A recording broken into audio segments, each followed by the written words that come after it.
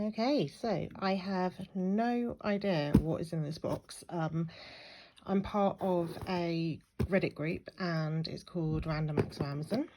As you see, this is an Amazon box and this arrived today.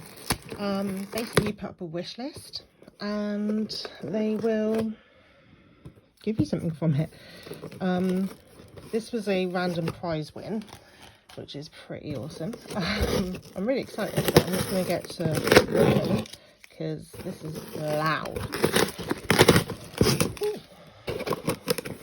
It's not really a prize, I mean someone bought it for me, which is awesome and something I completely did not expect. So yeah, this is amazing. Presents. I have no idea if you can even hear me like over the rustle. Oh, doing that with one hand. Oh my goodness. Okay, that's a bit extreme for the size of it, but that is amazing. So I've got a little slip, which, yeah, so there you go.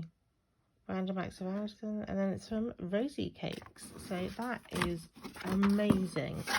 So yeah, you get this paper. It's so soft. It's got these little lines on it. This is awesome. That's really sweet of her. Thank you, Rosie Cakes. I'm going to do some drawing today.